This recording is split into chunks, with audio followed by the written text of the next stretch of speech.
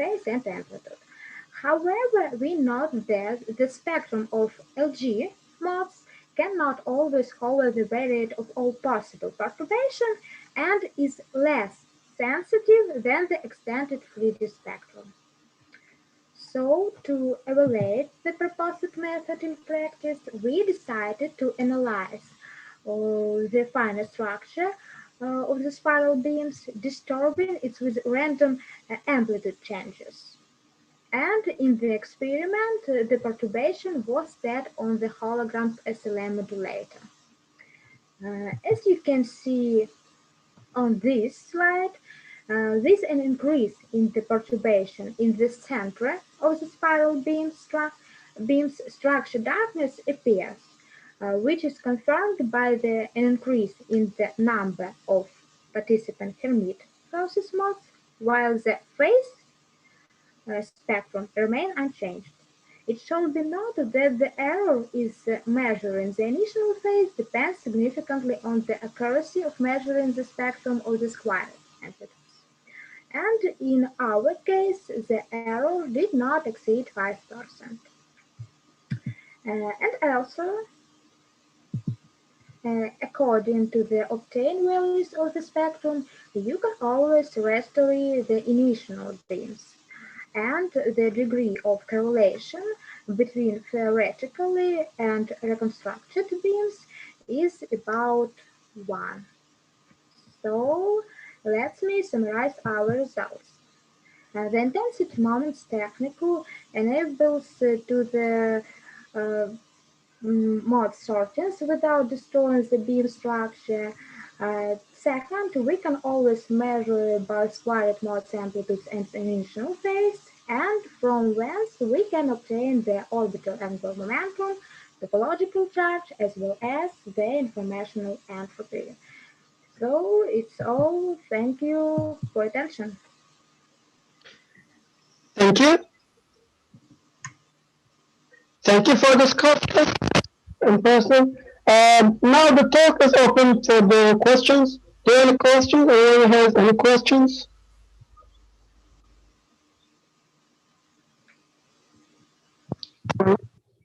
No?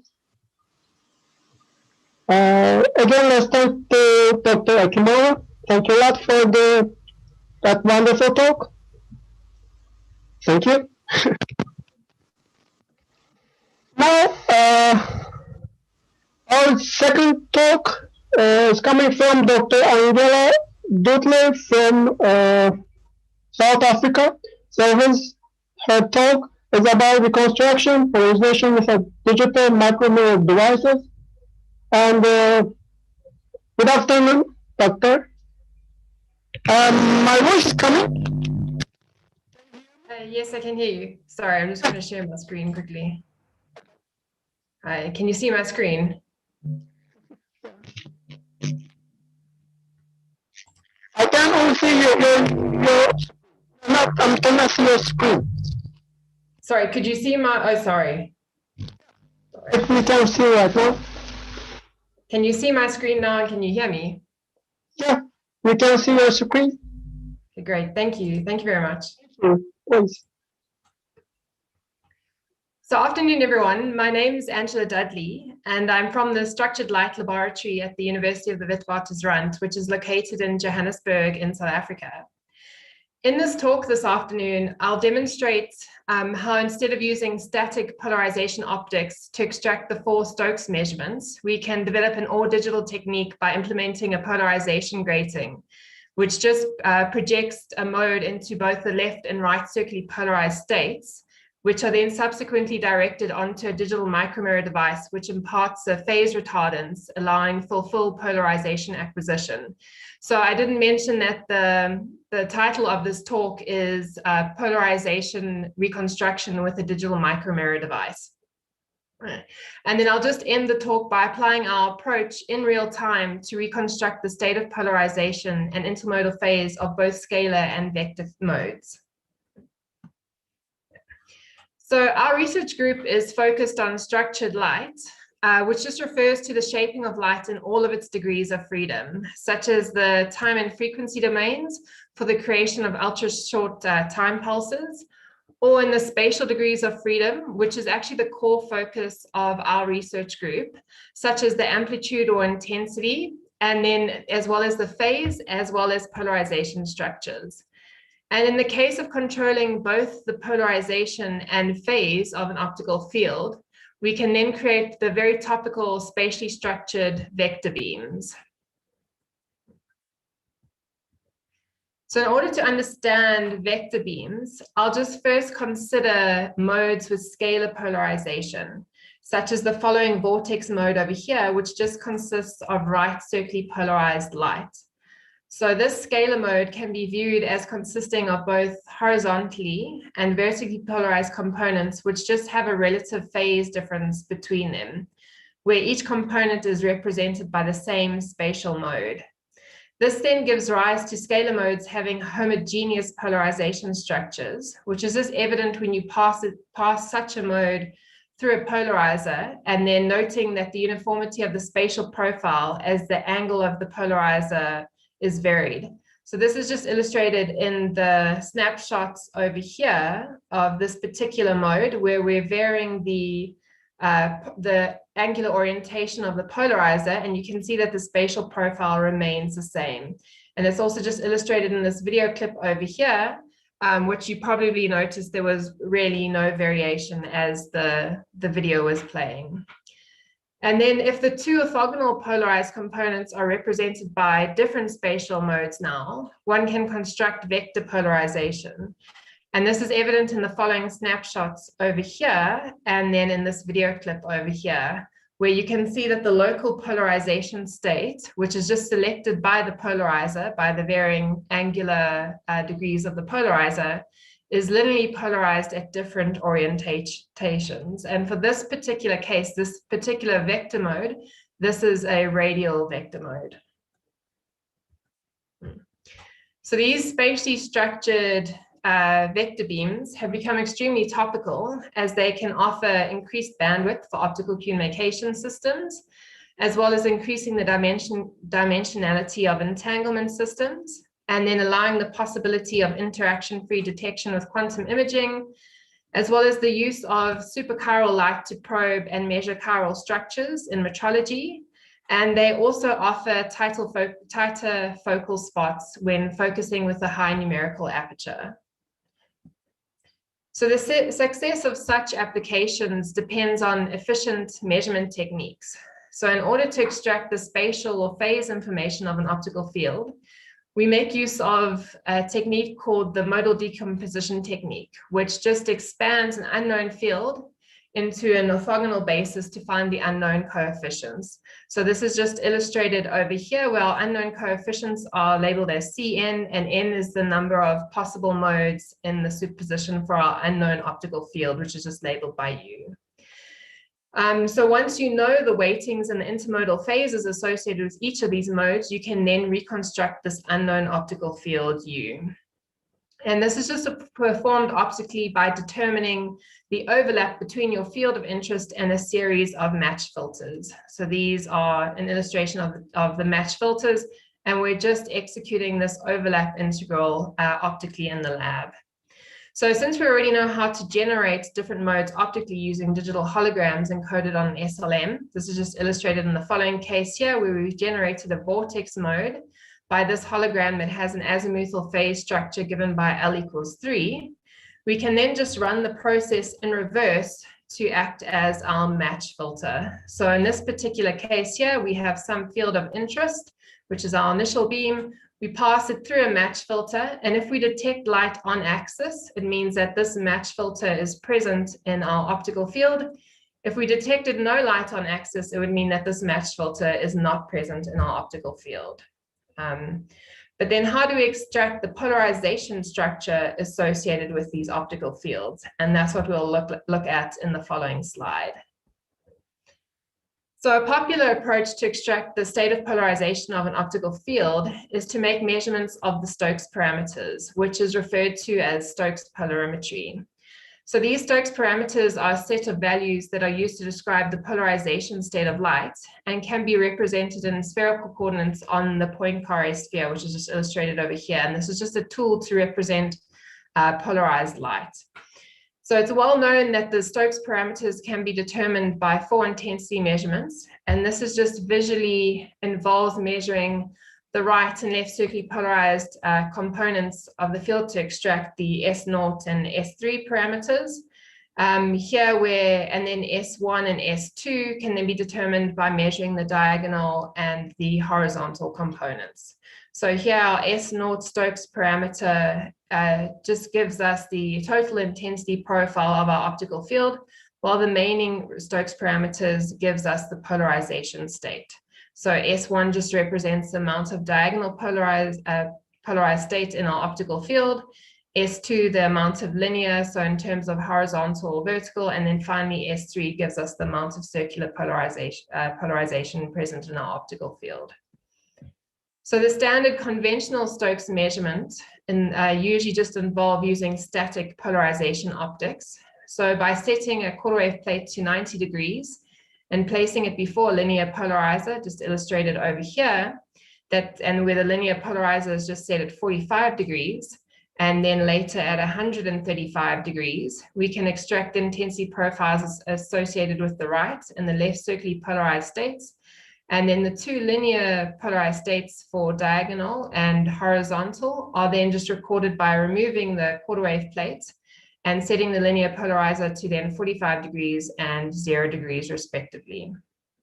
But now if we want to perform a digital analogy to this, so a digital analogy to the conventional Stokes polarimetry, we can see that from the conventional method, we need to satisfy 2 aspects, that there needs to be independent control between the orthogonal polarization states.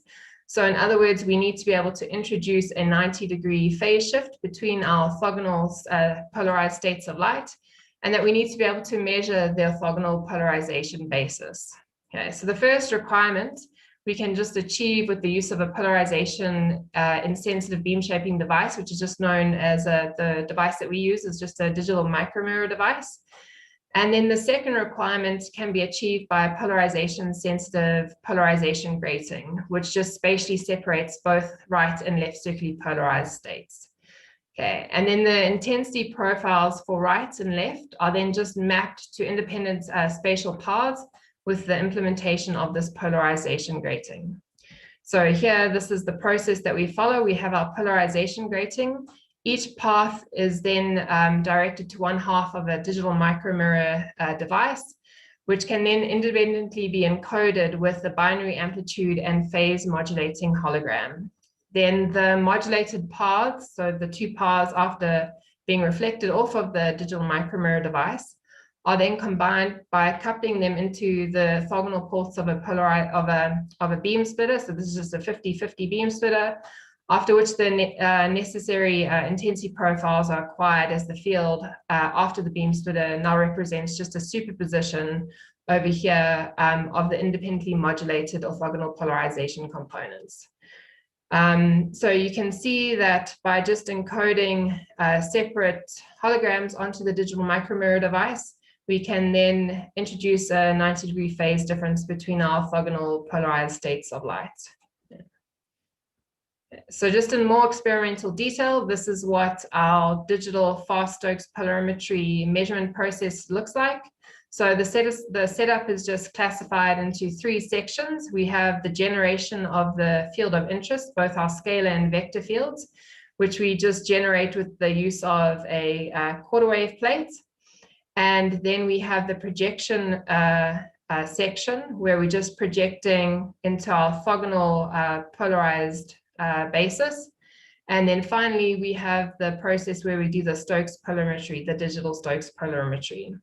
And then to just record the left circularly polarized state, one half of the DMD associated to the incident left circular polarization state is set in the on state, while the other half of the DMD associated to the incident right polarized state is then in the off state.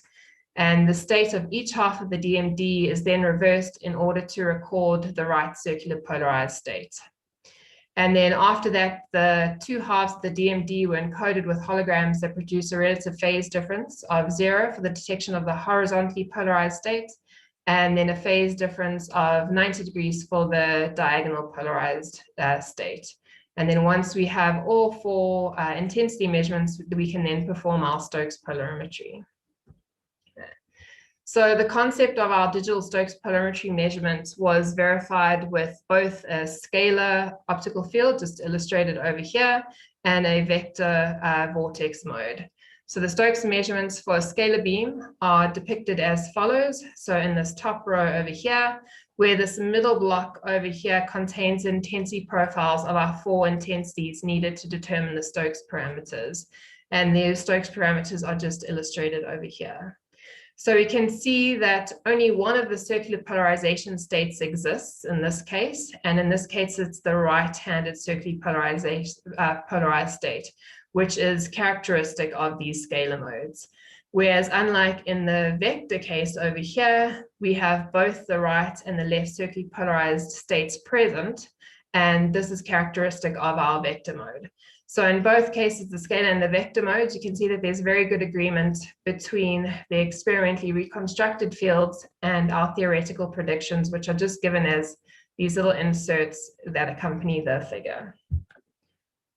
And then in determining the state of polarization of our experimentally generated scalar mode, this displays characteristics of our right circularly polarized light, that you can see over here, and it's in very good agreement with our simulated results.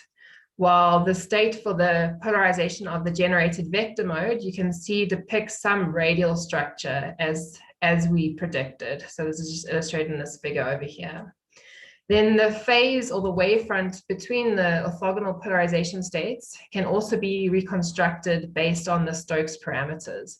So the following figure over here contains the reconstructed state of polarization. So this is illustrated in the top row over here, and the intermodal phase illustrated over here, which we reconstructed via the Stokes parameters as well. So we just compared between the conventional static approach and the digital approach, and you can see that there's very good agreement. So in the digital approach, you can see that there's some curvature over here, and this is just due to the mode in our experimental setup propagating an extra distance, which brings about this spherical structure in the intermodal phase reconstruction. And then we can also extend this approach to fields that are propagating in real time to extract the intermodal phase or wavefront between the orthogonal polarization states. So this is just illustrated in this video over here, where we have our optical field propagating in real time, and we are reconstructing the intermodal phase between the orthogonal polarization states digitally. So this brings me to the end of the talk. I'd just like to say thank you very much for listening to this presentation. And if you have any questions, you're welcome to ask now. And I'd also like to just highlight that you can also email me if you have any questions as well. Thank you, Dr. Whitley. It was a wonderful talk. And does anyone have questions? Now the talk is open to questions. No? No questions? Okay, let's thank Dr. Whitley. Thank you. Thank you very much. And now our third talk, Dr. Wagner Buana from South Africa will give the third talk. And the title of the talk, Accelerated Polarization Structure with Bezel Beams. Please, Doctor. Doctor is here? Yeah. Hi, Wagner. Can you guys hear me? Yeah, we can hear you. Can you share the screen or the talk?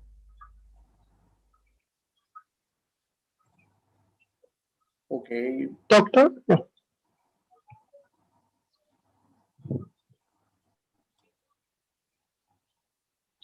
Hi, Doctor. So can you guys see my screen now? Yeah, it's good. Okay, great. Okay. Yeah, thank you. So Hello everyone, my name is Wagner Buono, and I'll be presenting for you the work we call accelerated polarization structures with Bessel beams. And it was developed along with master students Kishan Singh and professors Angela Dudley and Andrew Forbes here at the University at the Witwatersrand. So I will start introducing a previous work that was done by this group that served as an inspiration for this one. Then I will describe what kind of polarization structures we generate. And then I will analyze three important aspects of these polarization structures. Dr. Bono, sorry, I'm sorry. Dr. Andrew asked that it's very blurry. It's possible to maybe, not summarize the screen or something. Sorry? The Andrew is looking at the very blurry. I think somebody cannot see the screen, right? Yeah, it's not blurry, but I don't know. Professor It's better. Yeah, it's better. We hear clearly the voice of the presenter just now, but your voice is blurry, I think. Yes, Andrew? Oh, my voice is blurry? Okay, I'm sorry. Okay, please. Go on, go on. I'm sorry. Okay. So, so I will present first inspiration for this work.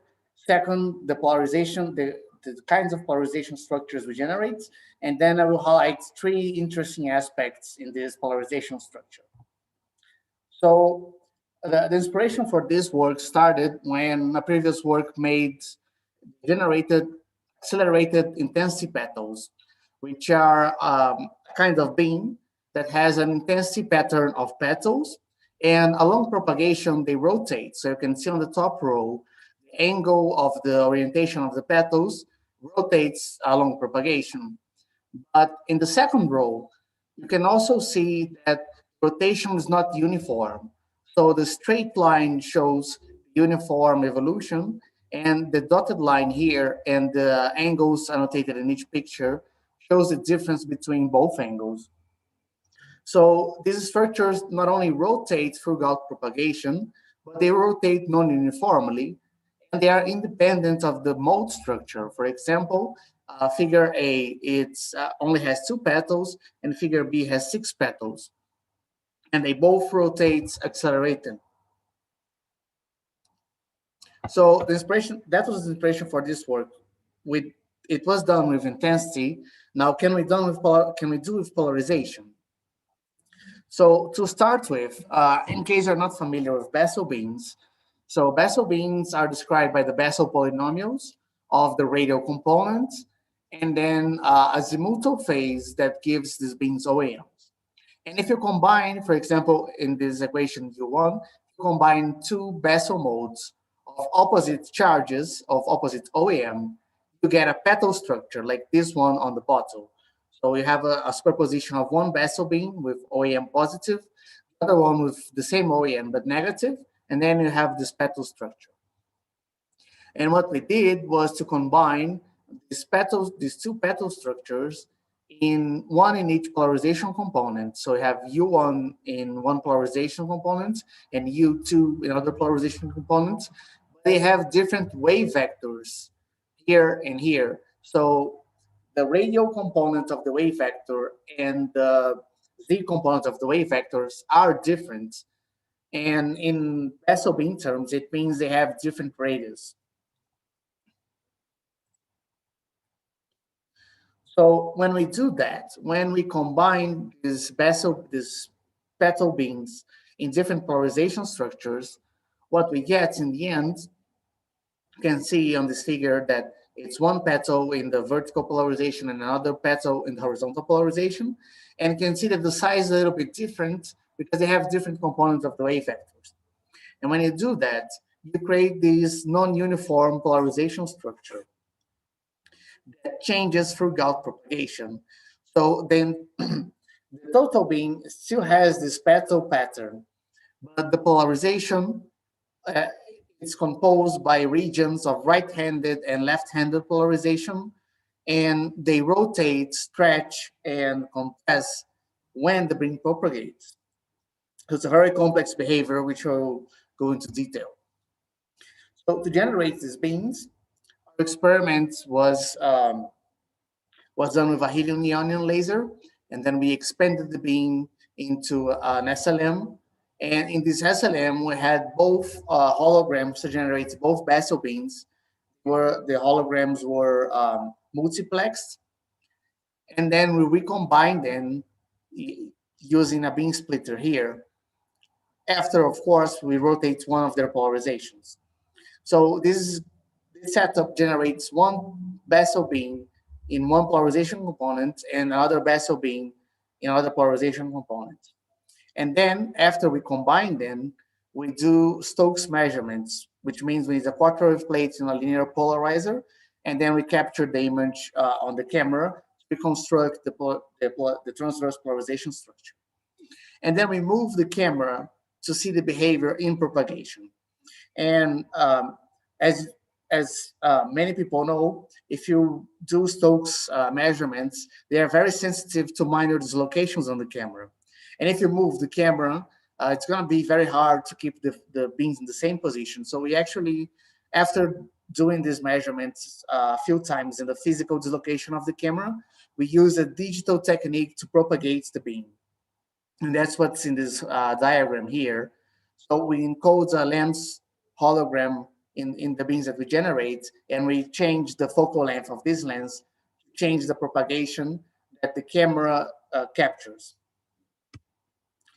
Okay, so that's how we generate these beams. And these beams have this complex polarization structure that is of petals. So you can see in the beginning of the propagation here, you have petals of right-handed polarization, which in this case it's coded as blue. And as it propagates, these regions of right-handed polarization, they rotate and they eventually are compressed.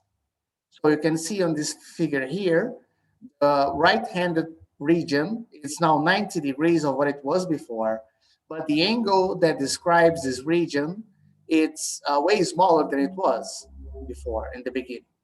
And on the other hand, for the left circular polarization, evolution is inverse. You have this very narrow region of left-handed polarization that starts vertical and then rotates, and now it's horizontal, and it's very broad. And we can see that this evolution is not uniform on propagation. It's an evolution that changes throughout propagation. So the figure on the bottom left,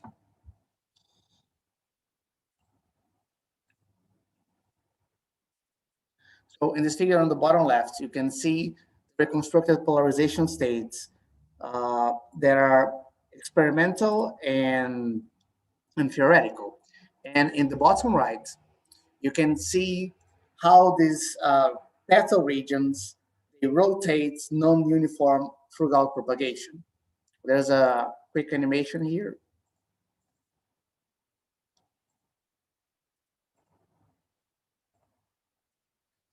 So this left-handed regions, these left-handed polarization regions, they not only rotate, but you can see that it goes inwards and outwards. And the same in the comparison between the simulations and the experiments. It's a very complex behavior, and it's very interesting in this sense. So, but one thing that if you're observant, you might have noticed that the intensity does not change. So all along propagation, even though the total polarization structure changes, the intensity remains the same. And to analyze this, we use the intensity transport vectors. And it's possible to see that throughout propagation, it changes a lot, but the total net intensity transport, it's still zero. For every point in propagation, it's still zero. So the intensity remains the same, while the polarization components have this complex behavior. And okay, so we analyze these beams in two different regions. So the first region is what we call the petals, and the other one's the rings. So to describe the Petzl regions, we use the sum of the Bessel polynomials, and the rings are defined as the difference of the Bessel polynomials. So you can see in figure A on the left, there's the Petzl region and then the ring region. They are visually separated. And we can see that so there is intensity transport, but where does intensity goes? So we analyze in each polarization component what happens to the intensity. So in the figure on the right, figure B, you can see, for example, that picking just one polarization component, let's say the left circular one, we divided the regions into petals and rings.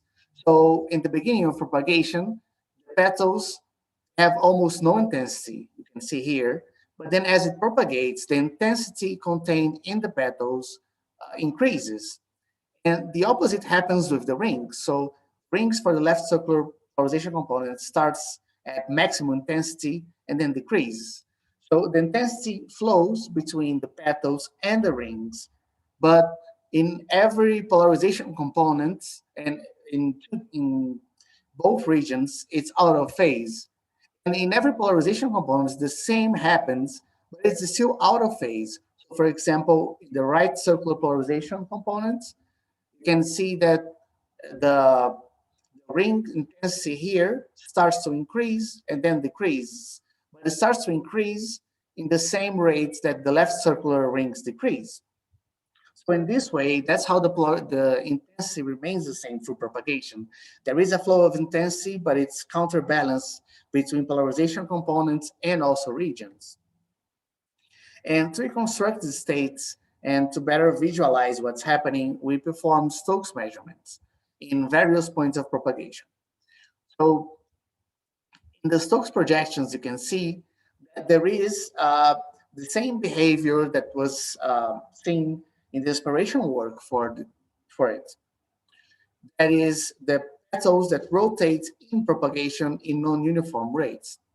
So you can see, for example, in the right circular polarization components of these Stokes measurements, throughout propagation, it starts to rotate. And in the left circular, this also happens, and it's in the same direction, but out of phase. And the same, of course, happens with the diagonal projections and the anti-diagonal projections. So it's possible to see in the Stokes measurements. I'm going to play this animation here. So this is the Stokes measurements throughout propagation. So you can see each each polarization projection also has a accelerated intensity behavior going on. In a way, counterbalances each other. And the third aspect that is very curious about this work is the trajectory of the polarization states. So when we take a specific region in the transverse profile of these beams, the polarization states follows a circular trajectory in the Poincare sphere. And the circular trajectory, it's around the generating basis axis. So for example, if we generate the beams, if one polarization projection is horizontal, and the other one's vertical, it's going to rotate around this axis, going through diagonal left circular, anti-diagonal right circular. And the rates that this change occurs, it's non-uniform for propagation. That's why I have different density of points in these spheres here. And if we do differently, if we now generate beams on the left circular polarization and the right circular polarization, they are now going to rotate around the equator of the Poincare sphere in the same non-uniform manner. So it rotates around the axis that we use to generate these beams. And in this animation here, you can see how this behavior occurs in propagation. And of course, if you analyze each Stokes projection, you can see that the second derivative is non-zero, evidencing the accelerating behavior of these beams. So in conclusion, we generated vector beams that the polarization states rotates around the Poincare sphere, and this behavior is generally seen as optical activity, but optical activity is a property of materials, and we generate it in free space. And these beams have no net intensity flow, which means the total intensity pattern doesn't change.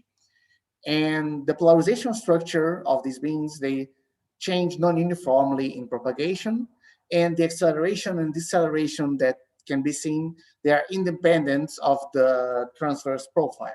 They're just parameters we can control.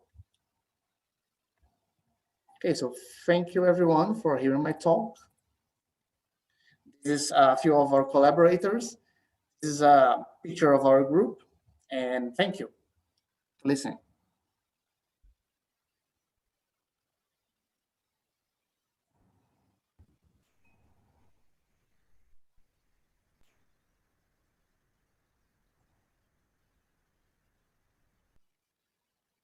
Hello? Do you guys hear me? Yes, yes. Okay. We are hearing you. So, should I stop sharing or?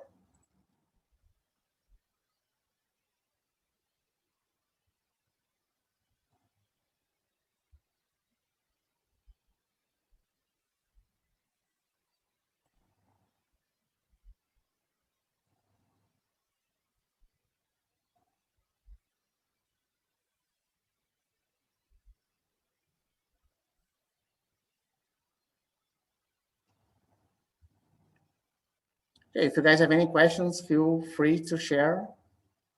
And yeah, thank you all for listening.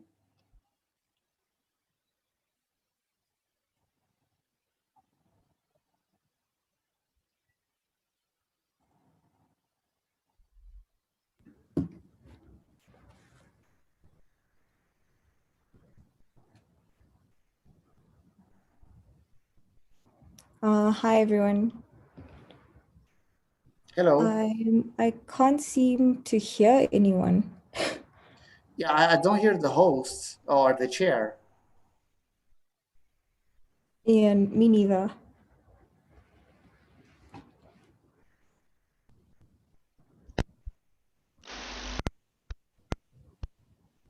Okay. Now, what about my voice? Is it coming? I can hear you, but Yes, it's we very can hear distorted. you. Yeah, okay. Dr. Boyd, please can you repeat the last sentence? We haven't heard that. We can hear you, but it's very distorted. Yeah, I know. I checked my earphone, but still there. I don't know why there isn't this problem. Okay, now it's better. It's better? Yeah. Oh, okay, that's great. Thank you again, Dr. Bruno. Do you have any do you have any sentence do you want to repeat? No. No, okay, thanks a lot. This was a great talk. And now our third talk coming from Miss Angela Dudley. And the title of the talk is Approaching Real-Time Non-Degenerate Ghost Imaging by Deep Learning. So, okay. Please, now your talk is open, please. Hi everyone. Can you hear me? Hello? Hello? Yeah, we can hear you, please. Okay. Okay, so hi everyone. My name is Shanae Moodley and I'm from, and today I'll be talking to you about approaching real-time non-degenerate ghost imaging by deep learning. I'm a second year PhD student at the University of the Witwatersrand in South Africa, Johannesburg, and this is where we're situated on the map. So here I show you a schematic of our all digital quantum non-degenerate ghost imaging setup, where two entangled photons are spatially separated, each seeing either the object or the mask.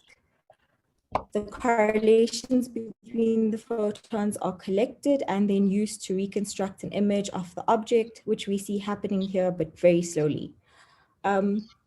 Non-degenerate ghost imaging is of particular importance in biological imaging, where we can probe the object with one wavelength while recording the image with another. However, displaying a series of binary intensity patterns constitutes a scanning nature, which, as you can see here, leads to very unsatisfactory imaging speeds.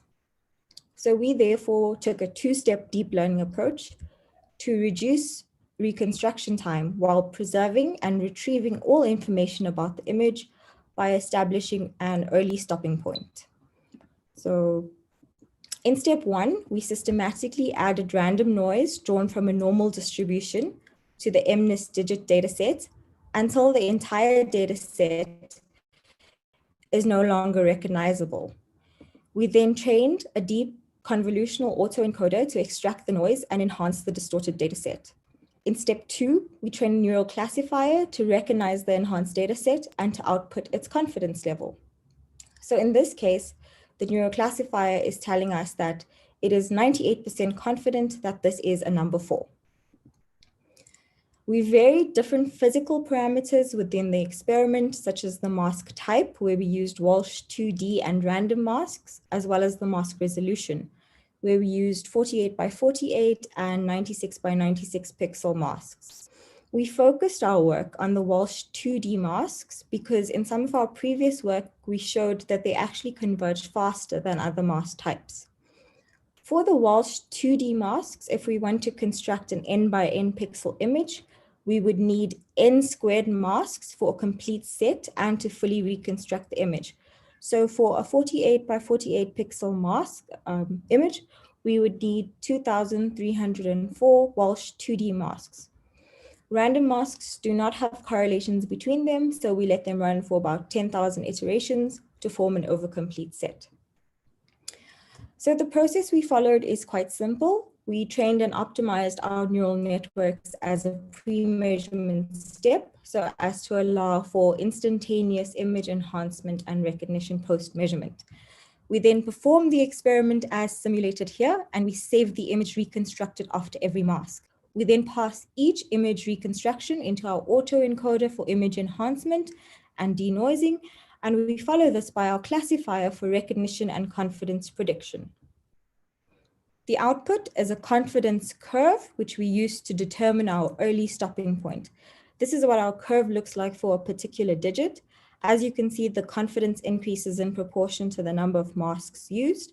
And this here is just a compact representation of the same curve.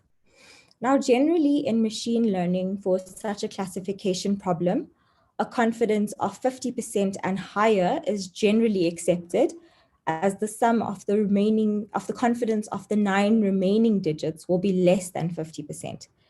But here we impose an even stricter criteria, saying that we must achieve a 75% confidence, and then only can we stop the experiment. So now for some results. This was the object we used, and these are the raw reconstructed images at 20, 40, 60, 80, and 100% for the 48 by 48 pixel Walsh 2D masks. These are the enhanced and denoised images, and these are the compact confidence curves predicted by the classifier for all 10 digits. Here we see that the confidence for the digit 4 increases in proportion to the number of masks used, and the dotted line here represents the point at which our 75% stopping criteria is achieved, which in this case is at an outstanding 20%, successfully reducing image acquisition time to less than a quarter of what was initially required. We compare this to a recognition algorithm on its own, which reduces image reconstruction time to 42%. Something to note, if we look closely at the other numbers that come through strongly in the neural classifier predictions, we see that number 9 comes through strongly at low mask levels. And this actually means that the neural classifier is confusing the number 4 and number 9. So I'll show you the results for number 9 now. Similarly, we have the raw reconstructed images for 20, 40, 60, 80, and 100%. We have our denoised and enhanced images and our predicted confidence curves for each of the 10 digits. Here again, we see that our stopping criteria of 75% confidence is achieved at 22%, again, reducing image acquisition time to less than a quarter of what was initially required. And for the recognition algorithm on its own, we can reduce image acquisition time to 45%, proving that our two-step technique outperforms neural recognition algorithms just on their own. We also compared different mask types. So these are just my condensed results from the previous slide, and we compare it to a 48 by 48 pixel random masks. In this case, we used 10,000 random masks, and we were able to reduce image acquisition time to 48% of 10,000 masks. It becomes clear at this point that the Walsh 2D masks do indeed converge faster. However, our technique is robust enough to handle different mask types. We would just need to impose mask-specific stopping criteria. We also compared different resolutions of the Walsh 2D masks. Again, these are just my results from the previous slide, and these are the results for the 96 by 96 pixel Walsh 2D masks. Again, for 20, 40, 60, 80, and 100%. And we have our enhanced and denoised images followed by our compact confidence curve. In this particular case, we were able to achieve a stopping criteria at only 19% of the initially required time, thereby reducing image acquisition time to less than a fifth of what was initially required. To summarize, we designed and implemented a two-step deep learning approach to establish an optimal early stopping point for ghost imaging experiments. We tested this on a non-degenerate ghost imaging setup. We imposed strict early stopping criteria of 75% confidence, and we showed that our novel two-step approach allows for reconstruction time to be reduced to 20%. Our technique is robust enough to handle different objects, mask types, mask resolutions, and outperforms a one-step neural recognition algorithm.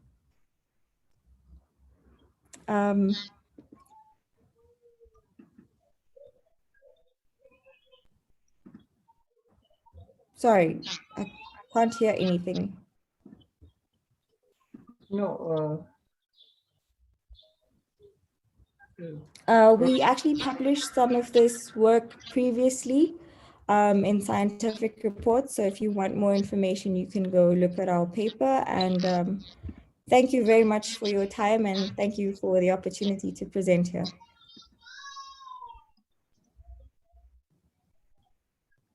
Oh, thank you, thank you for great talk.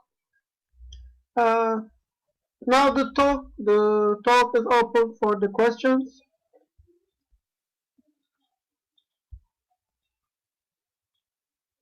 Yeah, is there any questions?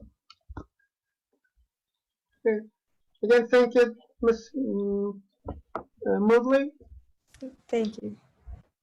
And our fifth talk, I'm sorry, is coming from Ms. Berenica Sapton. Berenica, are you here? Yeah, here. Hi, yes I am. Hi. Could you share your talk? Okay, just give me 2 seconds. Try and get this talk. Right, can everyone see my screen? Yeah, a little small. There we go. Of course.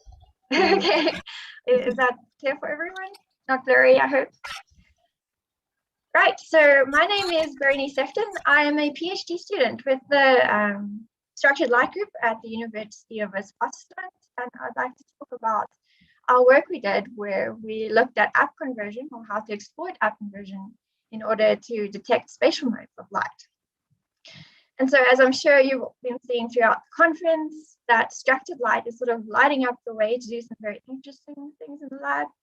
And there's many different ways to structure light, and there's many different structures to light. Here is 4 examples that I found quite interesting. So we can take the structures of light and exploit some properties to pack information into each structure, and so send a lot of information and increase the bandwidth that way in a single beam of light. We can also twist the wavefront of light when we do optical trapping, and so we can rotate beads and do some interesting stuff with that as well. And if we structure the light that we ablate materials with, we can also create interesting features. And by going into the quantum realm, you can also use the structures of light to now get very secure communication protocols like quantum key distribution. So how do we structure light?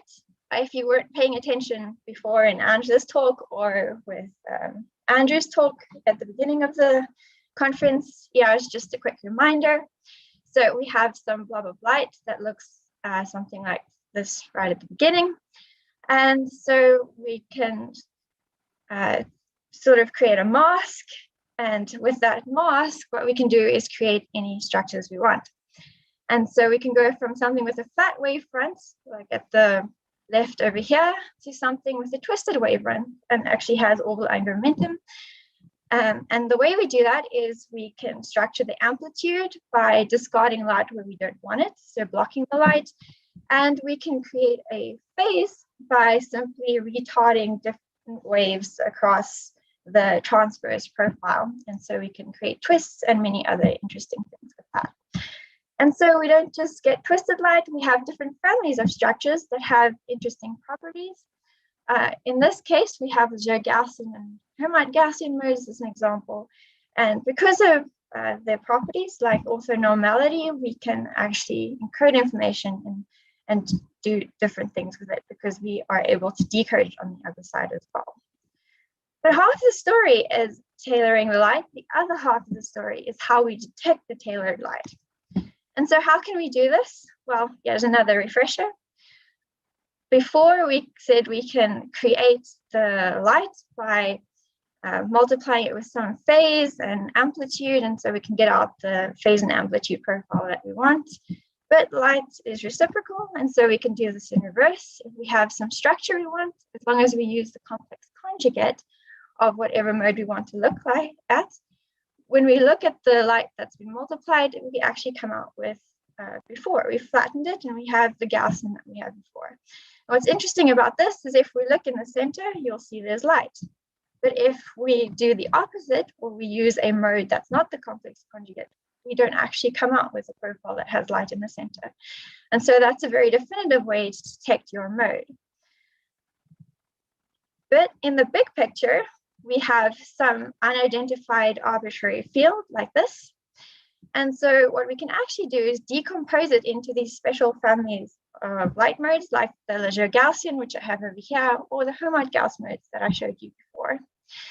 And in order to do this, all we have to do is determine what these coefficients for each of these values in our family of modes. And by determining these coefficients and multiplying them together, we then actually recreate the field that we're interested in, or the arbitrary field that we have.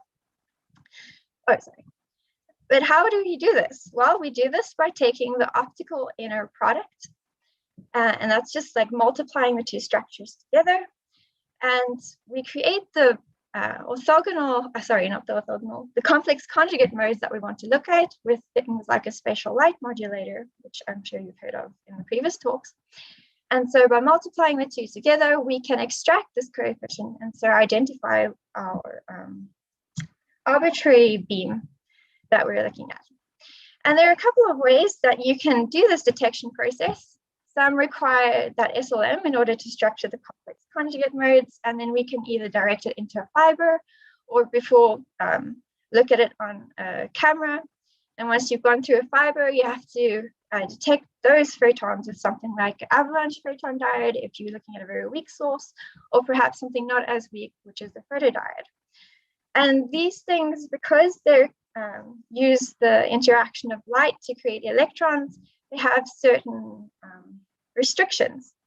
And those restrictions are often dependent on wavelength. So if we're looking at visible light, then often you have a lot of ready-made devices that are very efficient and work really nicely. But if you're looking at higher wavelengths, like telecom wavelengths, which is 1550 nanometers, or maybe 2 micro and higher, the interaction with the material is not as great. So often you get lower efficiencies and lower resolution, which is not as great. So just keep that in the back of your mind. So how we do this is we can think of a different way to do it, and that's using up conversion or some frequency generation. But in order to think of how we can do that, let's consider before where I said we can structure the mode on the SLM and we can multiply that with our unknown mode. Well, let's think of that mode that we structured on the SLM as a virtual beam. And so if we multiply the two together, or two beams together, and we take the optical inner product, what we can do is get the same mode at the end, and we can look in the center to see if we've got light or haven't got light. And so we can tell if we have the mode or don't have the mode. And so you can see before we had the complex conjugate, and here we don't have the complex conjugate. And so now you also don't see light in the center.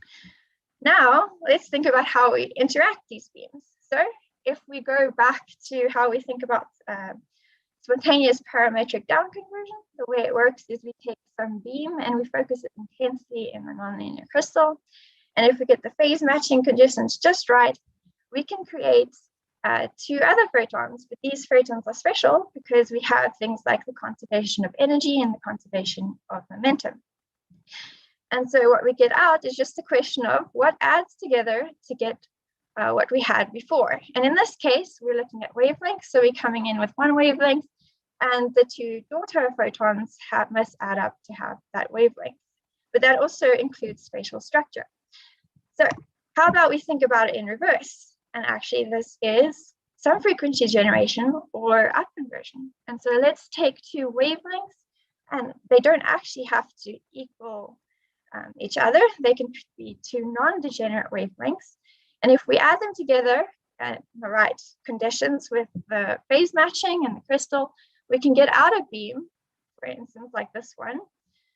And so we can also do that where we have two opposite momenta, and if they add together to get zero, then we also get zero on the other side.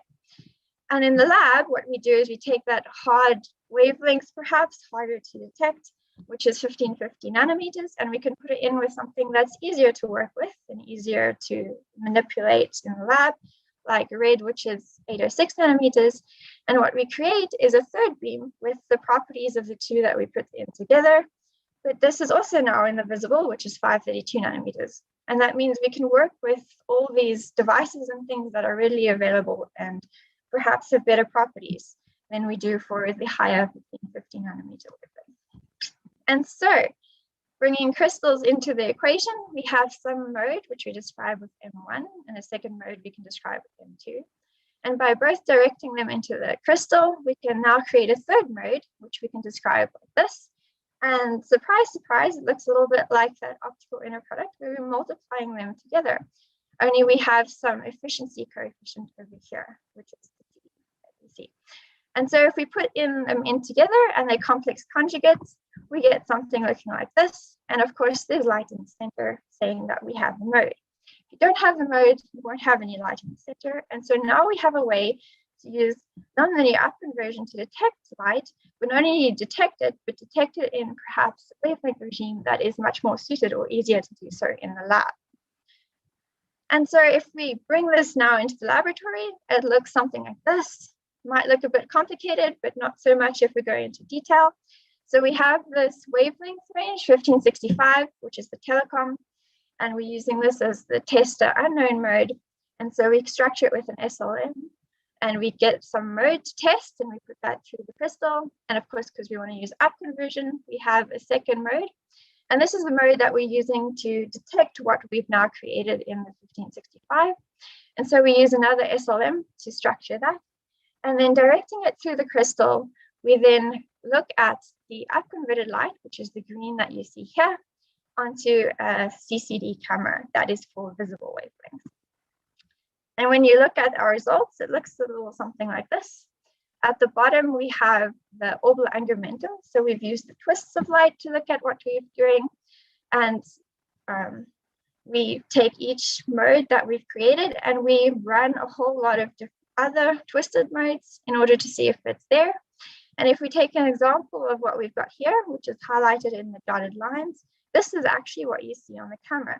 And so you can see when the modes don't match, you just have rings of light. When they do match, you have this light that you see here and shows that we actually detect what we've created. And so we've successfully detected this light. But like I said, we're not restricted just to Leger Gaussian or twisted modes. We can also do Hermite Gauss modes. And so if we encode something looking like this, which is a 1-1 Hermite Gaussian, well, what we see on the camera is something like this. And so when we run through all the indices, which is just the nulls in the X direction and the nulls in the Y direction, we see that we only get intensity in the center or detection of our mode when it's exactly the same as this one. And that you can see by the white block over there in the plot. But it's not just families of modes. We can in fact do this for any mode that we like. So you can take an arbitrary structure like this lambda, focus it in with the other wavelength. And when we look at the upconverted light, it has the structural property of the one that we want. So basically the lambda gets upconverted. And when you look at that or you try it in the lab, we get something like this. So when we have two Gaussian beams coming together, we just have a Gaussian.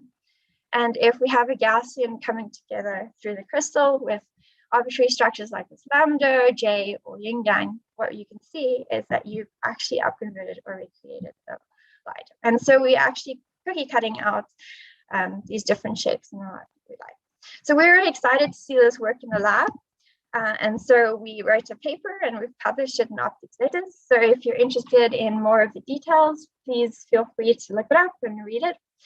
And of course, like we said, we love collaborating, and these are a few of our collaborators. And here's a picture of the team saying hi.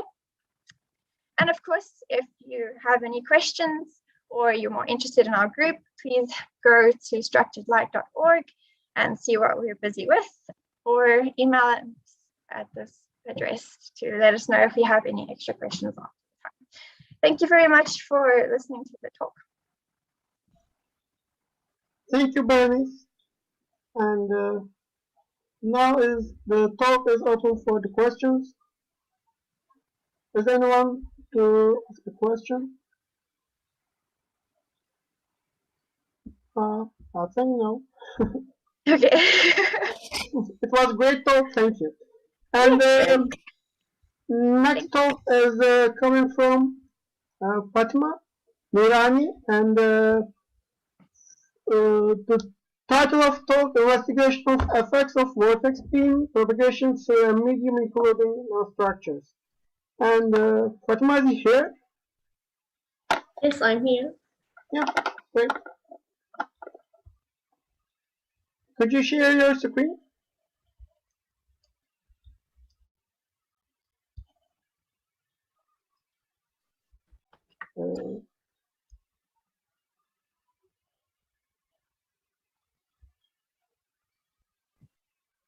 Hello to all, good time. My name is Fatima Nourani.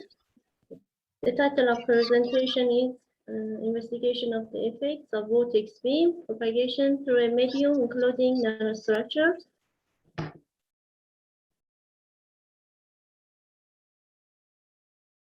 I'm sorry.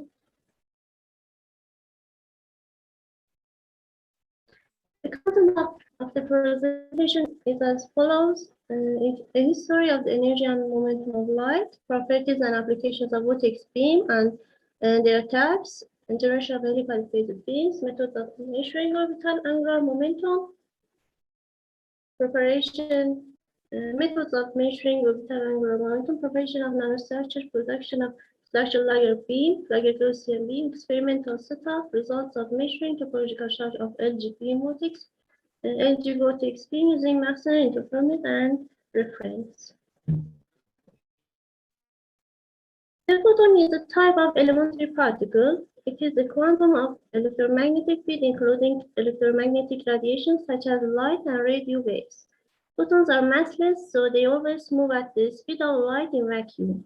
The photons belongs to the class of bosons. Light carries energy in both linear and angular momentum.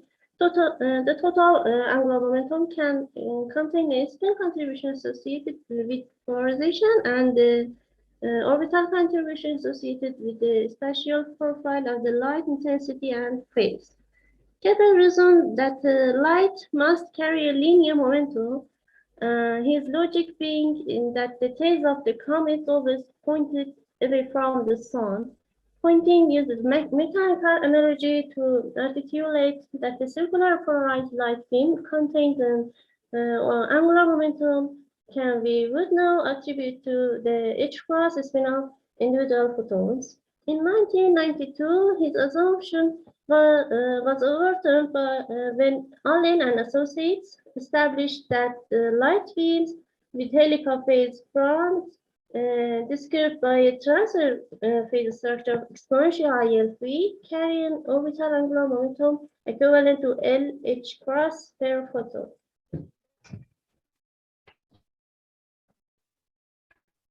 Types of the helical wavefront. We need to distinguish the general structure of light emitted by a laser and also its properties when converted to, for instance, an LG beam.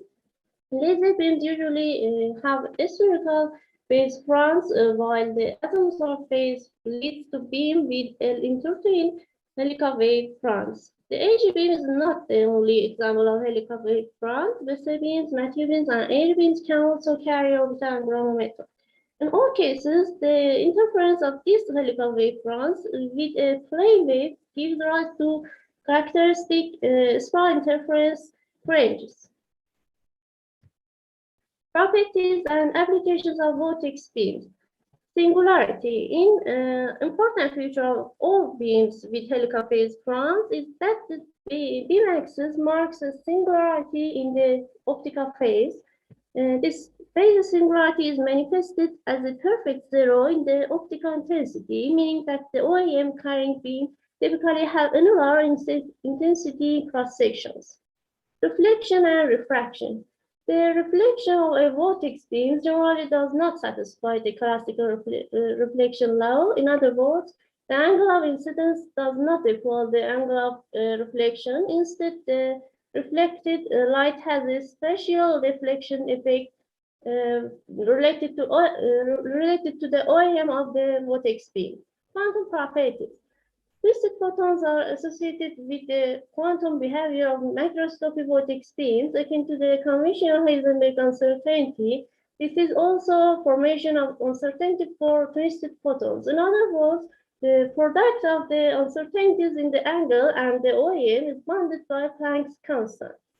Applications. The orbital angular momentum of light can be transferred to suitable material particles, causing them to rotate. And OM multiplexing transmission is a technique to increase the number of data signals to be transmitted at the same time by transmitting different signals using radio waves having effect in OM modes. OM is a property of electromagnetic wave expressing phase rotation on the vertical plane in the propagation direction.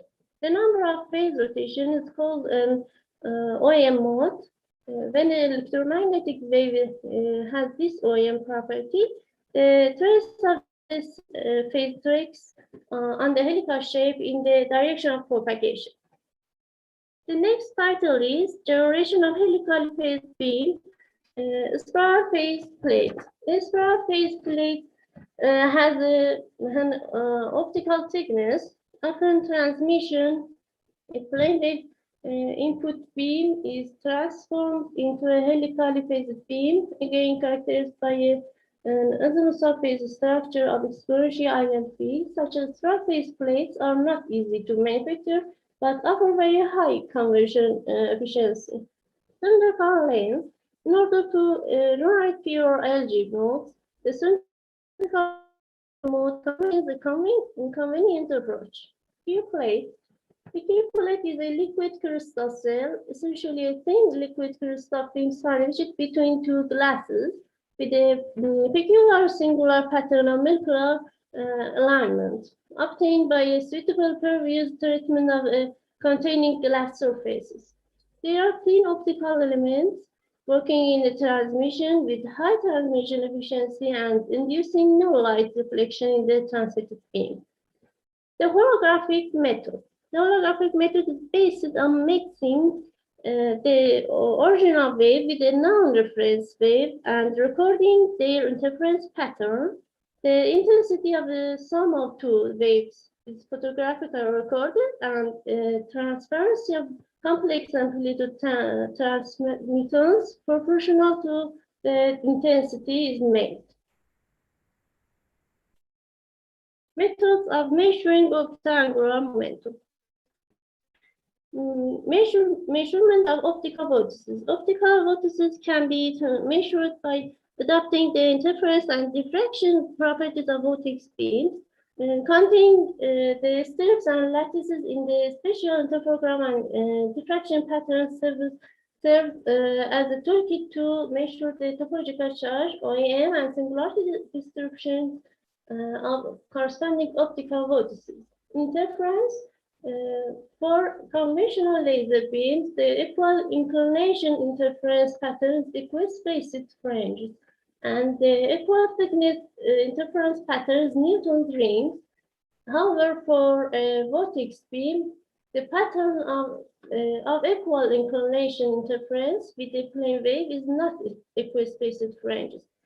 But fringes with bifurcation at the singularity of vortex and the morphology of a bifurcation is related to the OEM of the beam. Preparation of nanostructures. Two types of nanostructures of magnesium ferrite and titanium oxide have been produced in different concentrations. It is located inside the cell and in the embedded position in setup. Nanostructure preparation methods include hydrothermal, ultrasonic, microwave, and cellular methods. To produce the vortex beam by holographic method, Laguerre-Gaussian and Gaussian light fields in MATLAB space were recorded, and intensity and phase profiles were obtained for L equals 1 to L equals 30. Experimental setup. To produce a vortex beam, a computer hologram is designed using MATLAB program and then transmitted to a special light modulator. By passing a plane wave through the modulator, a vortex beam with the desired topological charge is created. To measure the topological charge, the vortex beam and the reference beam are placed into maxillary interferometers, and their interference pattern is recorded by a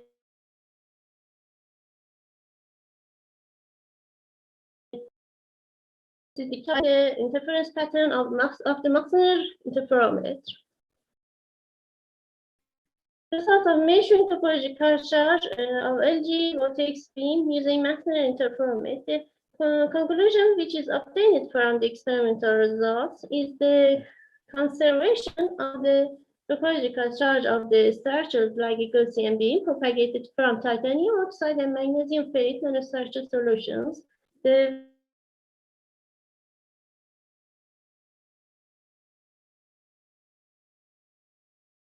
in quantum information transfer studies.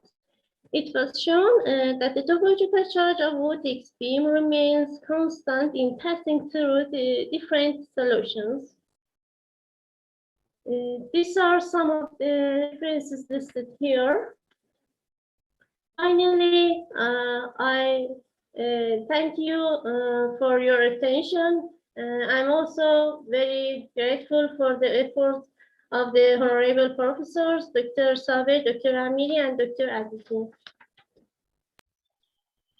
Well, thank you, Fatma. It was a great talk. And now the talk is open for the questions. Is there any question?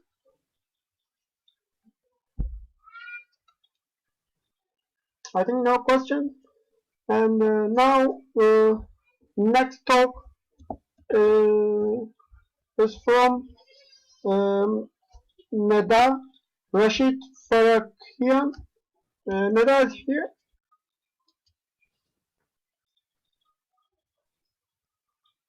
Neda? Hello. Hello, Miss Neda. Yeah. Can you load your presentation? Yes.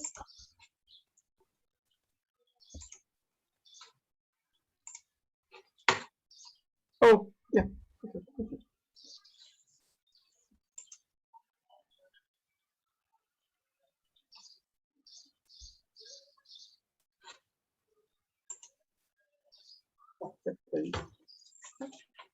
Uh,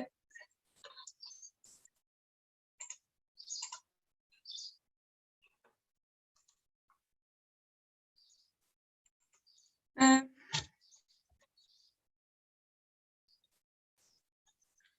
in the name of God, hello and hi, ladies and gentlemen. First of all, I would like to thank the organizers and the team who provided this valuable conference. It is a great it is a great pleasure for me to attend this conference. I would have liked to thank for giving me the chance to talk about my research activity. I would like to introduce myself as Neda Rashid Faroukian, student of Master of Science in Botanics from the Shahid Bahonar University of Kerman, Iran. I'm going to talk about numerical investigation of self-healing characteristics of generalized parabolic beams.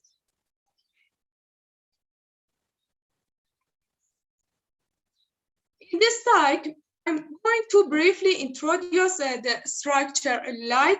I will start my talk reviewing and explaining how the structure light can be produced.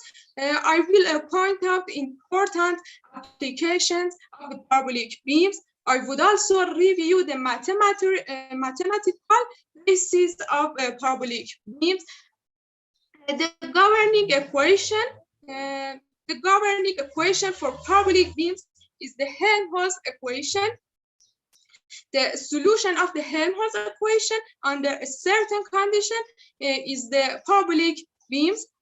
Then we will investigate self-healing behavior of parabolic beams numerically.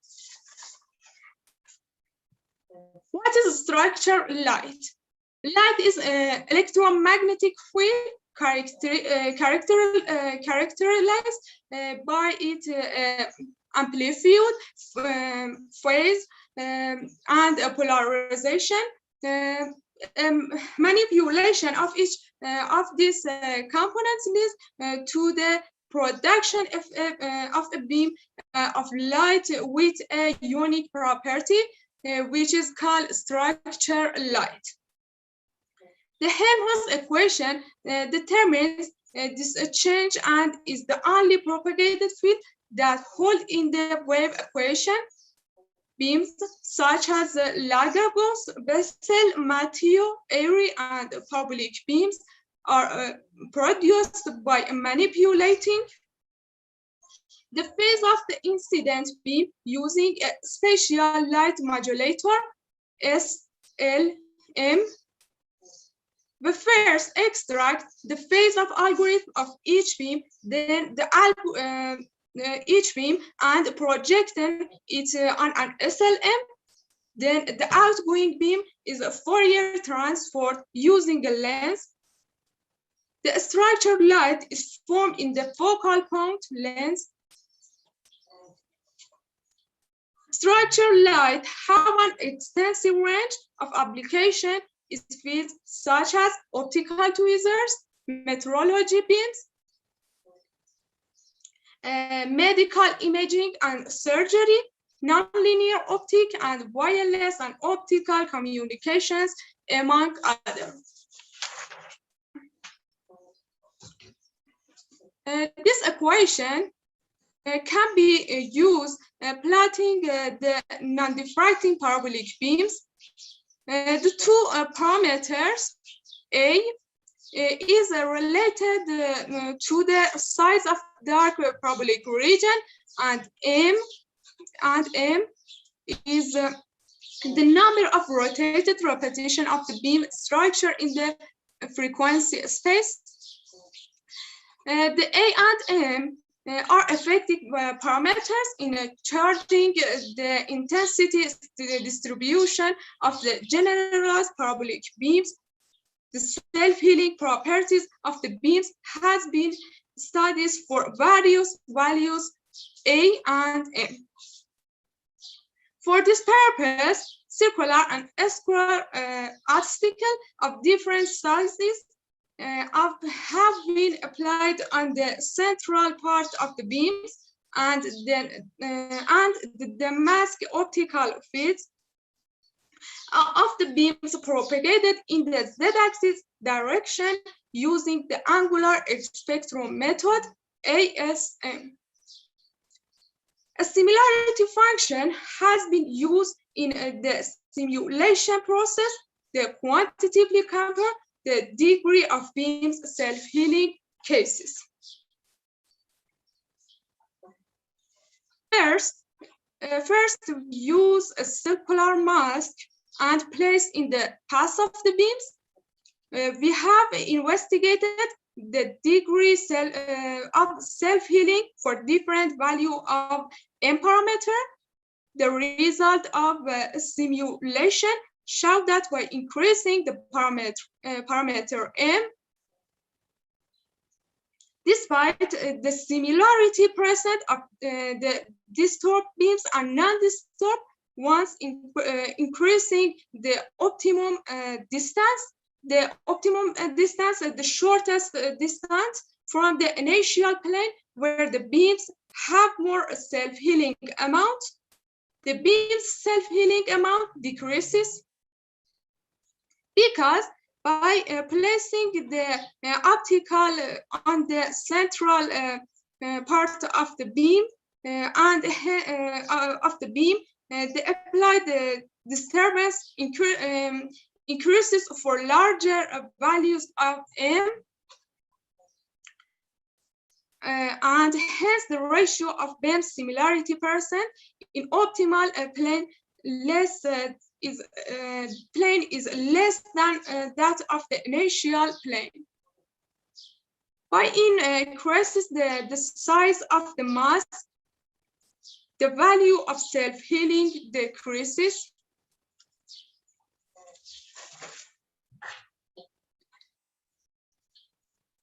For each value of parameter M, degree of self-healing decreases for a larger value of parameter A.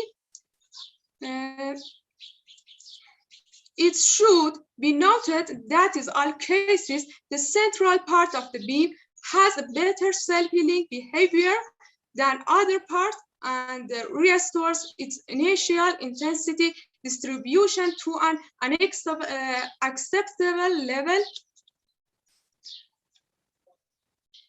In the continuation for our work, a square mask placed in the path of the beams, as can be seen from the figures.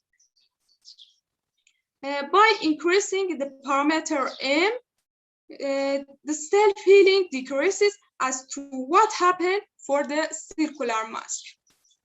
Similar to a circular mask, in increasing the size of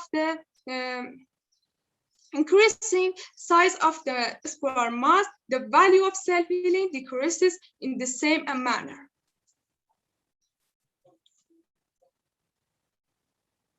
Similar to circular mask, by increasing the parameter A, the degree of self-healing decreases for each value of M parameter. We conclude that the self-healing behavior of the beam is the same for two types of the mask. Thank you for your attention.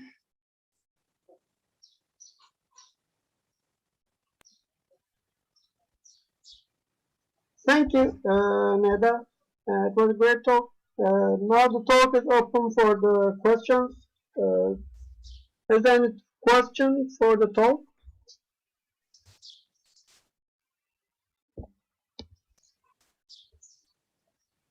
No question? Okay. Thank you again. Now our next speaker is Atafi Amadoleslami. Afati, are you here?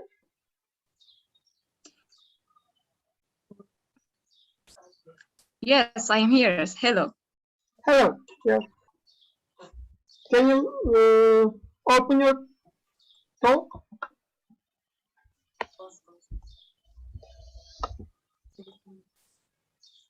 The name of the talk, the investigation of self-healing feature of vortex, Hermit, and Gaussian beams.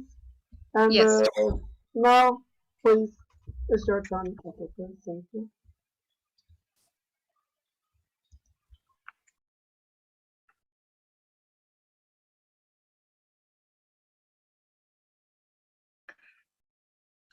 Hello and good afternoon, ladies and gentlemen. First of all, I would like to thank the organizer and the team who provided this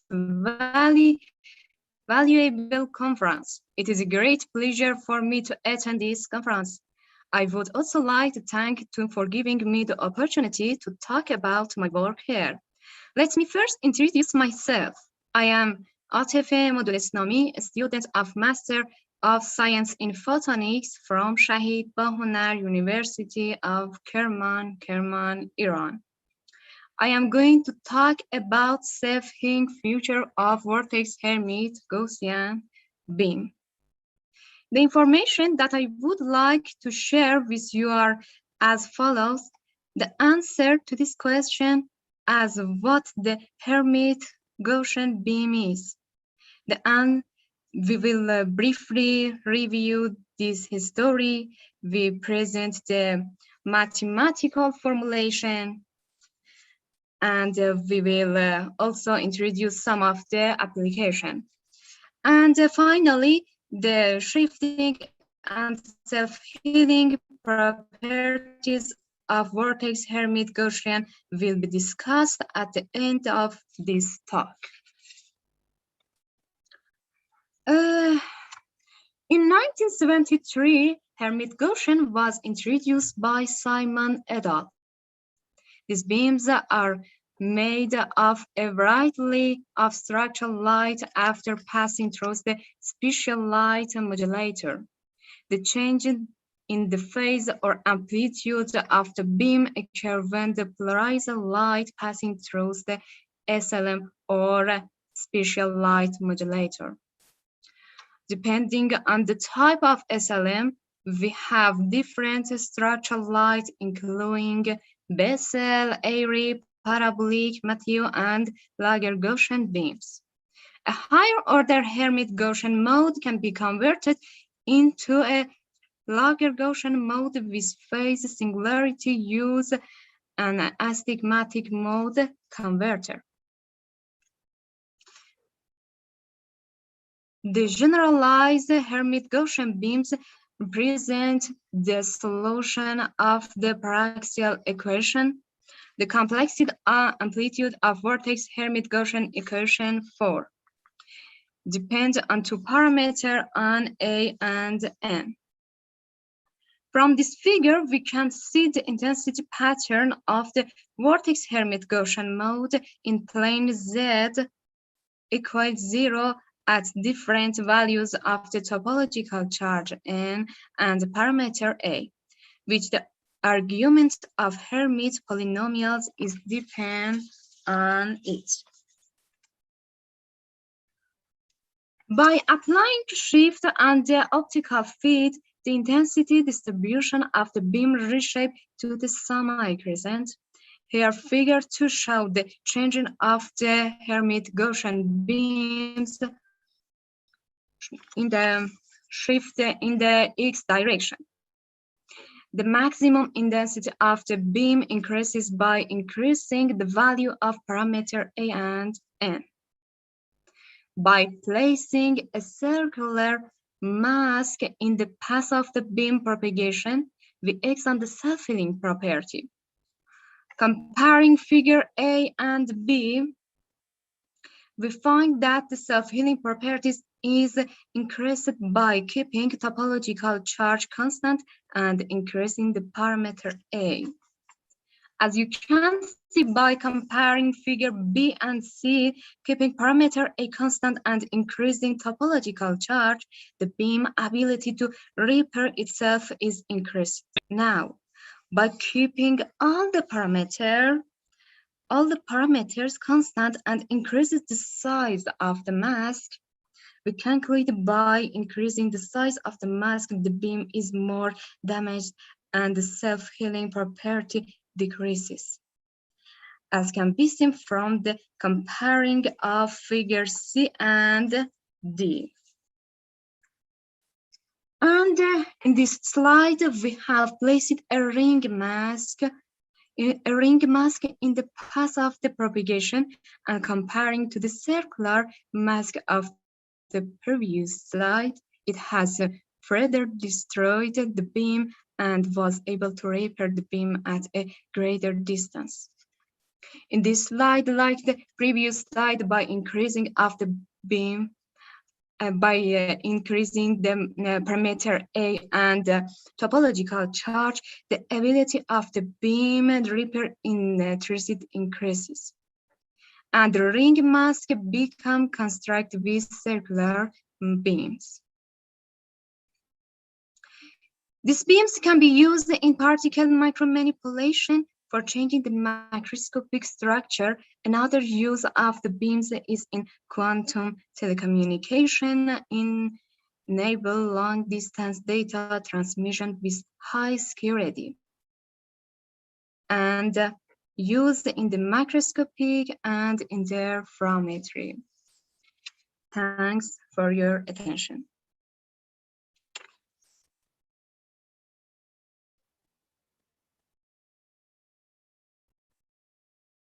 از زوم که اومدم بیرون که نه چجوری شده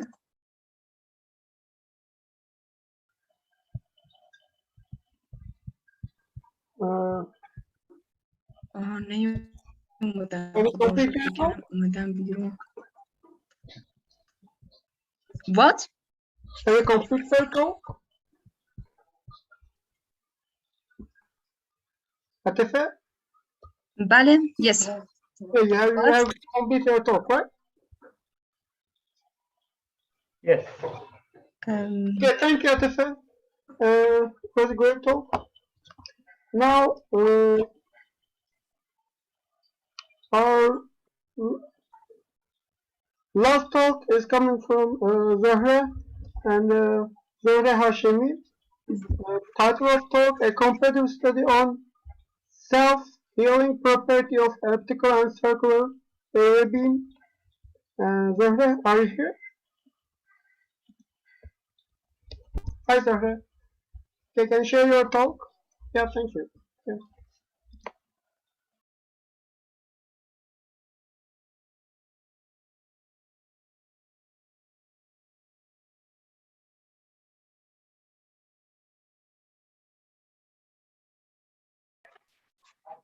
Dear Zohre, can you open your voice? Excuse me. Hello and good day, ladies and gentlemen. First of all, I would like to thank the team who provided this conference. It is a great pleasure for to attend this conference. I would also like to thank for giving me the chance to talk about my work here. Let me first introduce myself. I am Zohre Hashemi, student of Master of Science in Photonics from Shahid Bahunar University of Kerman, Iran. I'm going to talk about a comparative study on self-healing property of elliptical and circular area beam.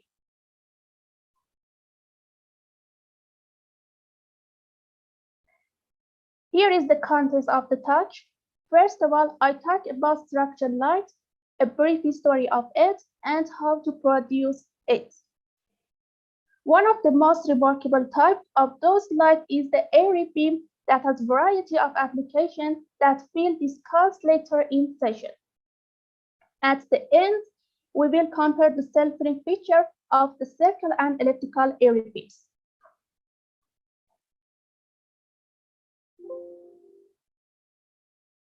The structural light is referred to the ability to tailor light, usually by controlling its amplitude, phase, and polarization. Shaping external profile of a laser has a history almost as long as the laser itself, coming to the fore in the late 1980s and early in 1990s with ability to design and fabricate complex optical elements for laser beam shaping. Foremost among these with the many seminal works with computer-generated holograms and diffractive optics. Historically, the fast development in the field can be traced to the interplay between advances in microelectronics and the concomitant advance in optics. Better optics give rise to better resolution lithographic tools, in turn resulting small and faster integrated microchips and hence more powerful computing capability. The advance in computer power in turn allow for more complex optical transformations to be calculated with the advances. In lithography means that these elements could actually be fabricated, resulting in an explosion of new optical devices.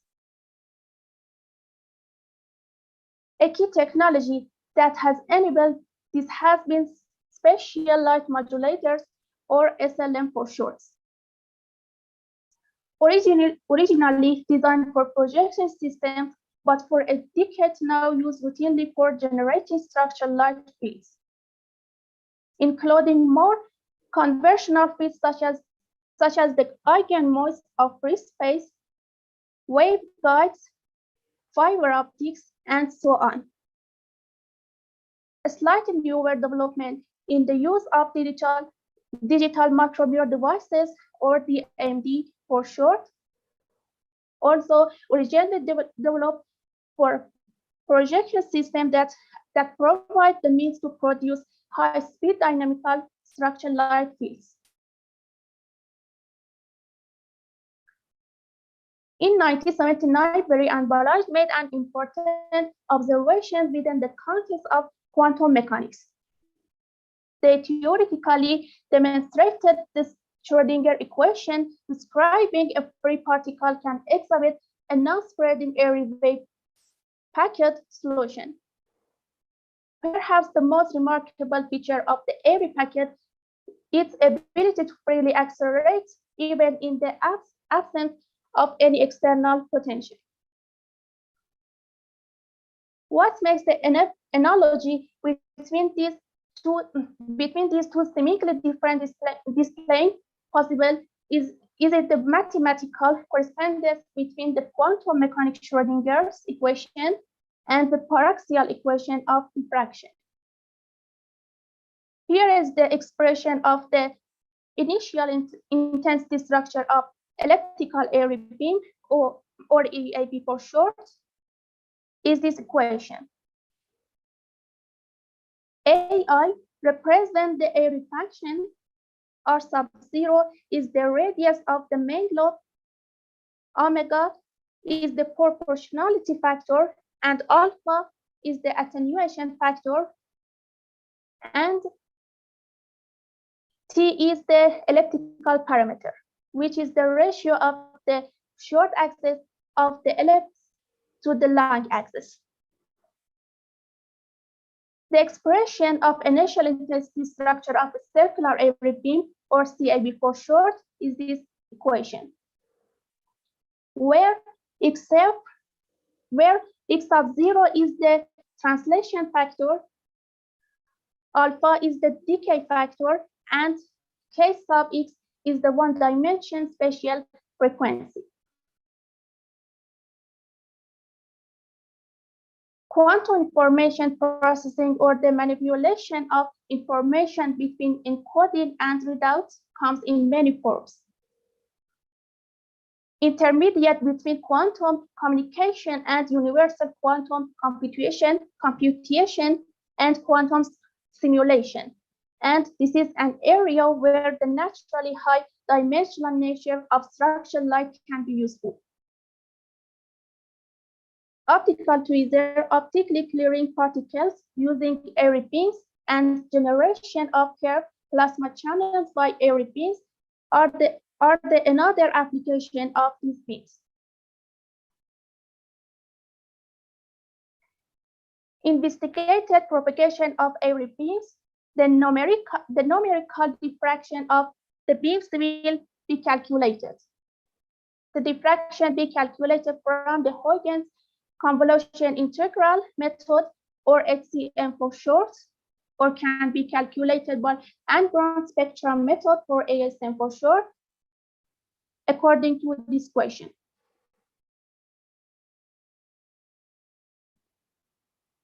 Now propagation pattern of airy beams. This figure shows the simulation results of the propagation of elliptical airy beam in different positions without the obstacle. As you can see, self-filling behavior of elliptical airy beams, or EAB for short, is better with applying circular mask in comparison with square mask. Circular mask and square mask. The amount of self-filling is more with using ASM method in comparison with HCM method.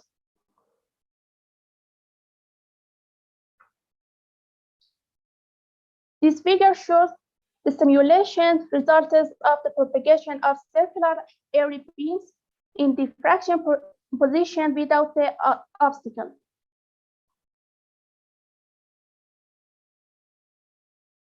As you can see, self-filling behavior of circular airy beams, or CAB for short, is better when applying circular mask in comparison with square mask.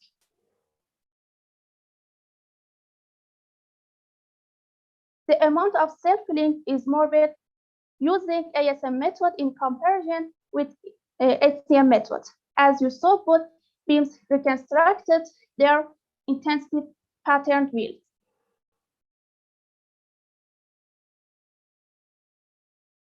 From the results, it can be seen that the degree of self-filling for both types of beams distorted with square and circular masses, reaching their maximum of self-filling at a short distance from the initial plane where the beams were propagated via ASM. What investigated beams reconstruct their distorted intensity distribution during propagation. Thank you for attention. Thank you, Zahra. It was great talk, and now the talk is open for the questions. Is there any question to Zahra? No?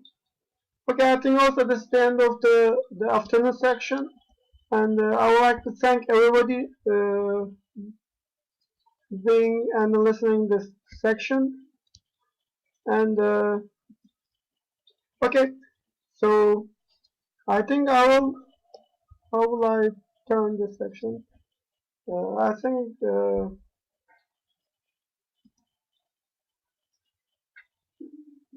okay, this is the end of the section. Have a good day.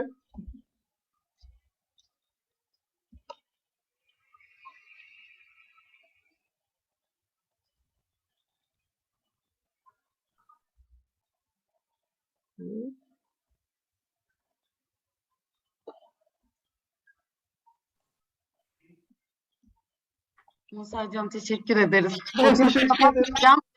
Tüm katılımcılar boycu veya dinlemek istemeyenler ara verebilirler. Tamam. Çok teşekkür ederim. Teşekkür ederiz oturum başkanlığınız için. Ben teşekkür ederim. Thank you very much, Musay Can. Thank you.